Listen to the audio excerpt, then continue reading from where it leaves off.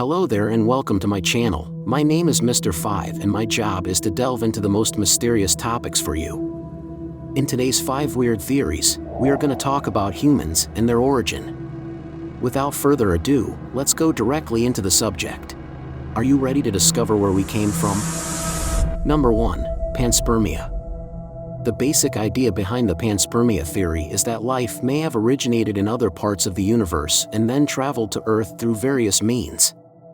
This theory proposes that the building blocks of life, such as amino acids and other organic molecules, may have been created in space and then brought to Earth via meteorites, comets, or other objects. A consistent number of scientists and researchers have proposed this theory over the years. One of the most well-known proponents is the British astronomer Sir Fred Hoyle, who first suggested the idea in the 1970s. There are a few different variations of the Panspermia hypothesis. One of these suggests that life may have originated on another planet or moon in our solar systems, such as Mars or Europa, and then been transported to Earth via meteorites, but we'll go deeper into the subject later in the video. Others propose that life may have originated in other star systems and then been brought to Earth through interstellar travel. One of the main arguments in favor of panspermia is the fact that microorganisms can survive in the harsh conditions of space. For example, experiments have demonstrated that certain bacteria can survive exposure to extreme radiation, cold temperatures, and vacuum conditions similar to those found in space. Another argument in favor of panspermia is the discovery of organic molecules in meteorites and comets. In 2010, for example, NASA researchers announced that they had found evidence of extraterrestrial amino acids in a meteorite that landed in California in 1969. Hey, before theory number 2, if you are liking this video, remember to subscribe to my channel and turn on notifications to stay updated with all of my latest content. Number 2. Mars hypothesis. The Mars hypothesis is based on the idea that Mars and Earth may have exchanged rocks and debris during their early history, potentially allowing for the transfer of life from one planet to the other. This idea is known as lithopanspermia, which is a specific form of the more general panspermia hypothesis I mentioned earlier. The Mars hypothesis is based on the idea that Mars was once much more Earth-like than it is today, with a thicker atmosphere and a liquid water ocean on its surface. This hypothesis suggests that life could have originated on Mars when it was more hospitable and then been transported to Earth via meteorites or other forms of interplanetary debris. One of the main pieces of evidence cited in support of the Mars hypothesis is the discovery of meteorites on Earth that are believed to have originated from Mars. These meteorites contain tiny structures that scientists believe could be fossilized Martian bacteria or other forms of life. One of the most famous examples of a Martian meteorite is ALH 84001, which was discovered in Antarctica in 1984. NASA is currently searching for microbe fossils on Mars. It would be incredibly interesting if we found fossils on Mars that have a similar DNA to ours, as this would provide strong evidence in support of the idea that life on Earth originated from Mars. Number 3. Genetic engineering. The genetic engineering theory is a controversial and fringe idea that suggests that advanced beings, possibly extraterrestrials, could have played a role in the origin of humans by manipulating the genetic material of early hominids. The theory argues that the genetic code of early hominids was modified by an advanced intelligence to create humans.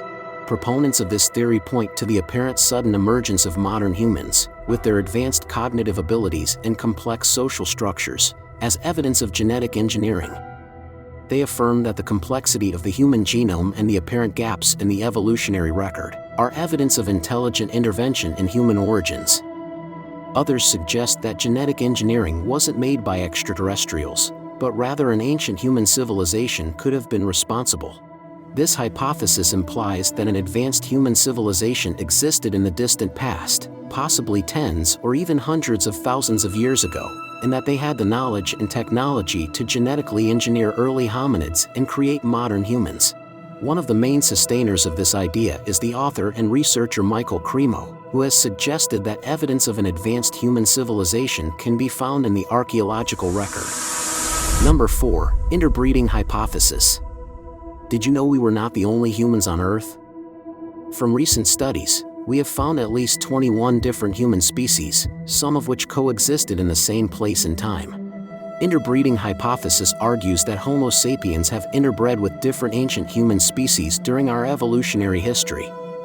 Genetic studies have provided evidence that modern humans interbred with Neanderthals and Denisovans, two extinct human species that lived in different regions of the world.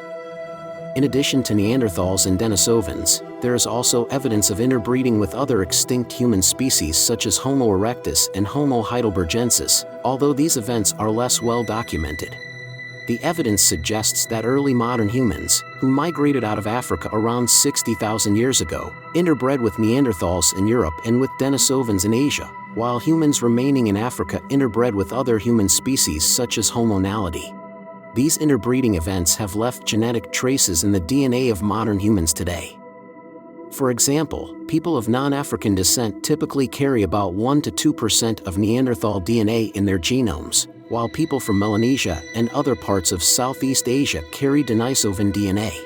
According to this theory then, modern humans are the result of interbreeding between species over hundreds of thousands of years.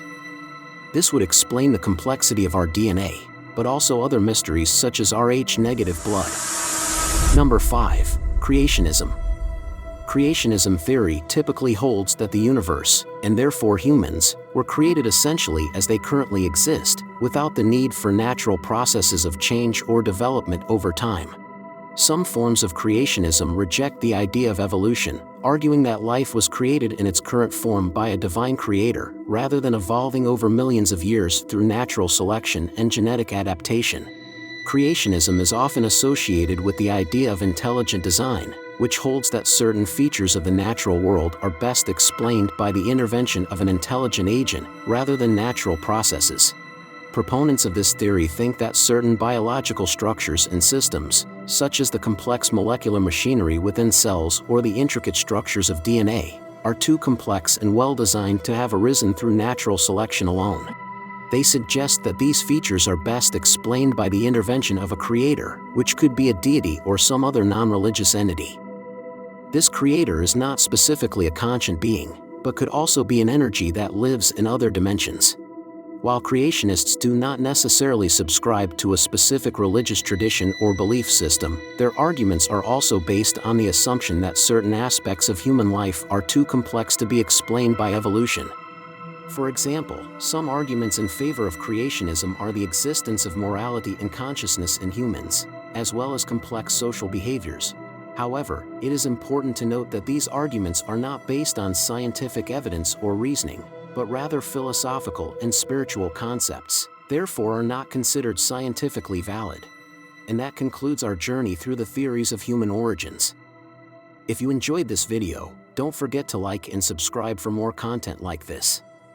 Leave your thoughts and questions in the comments below, and I'll see you in the next video.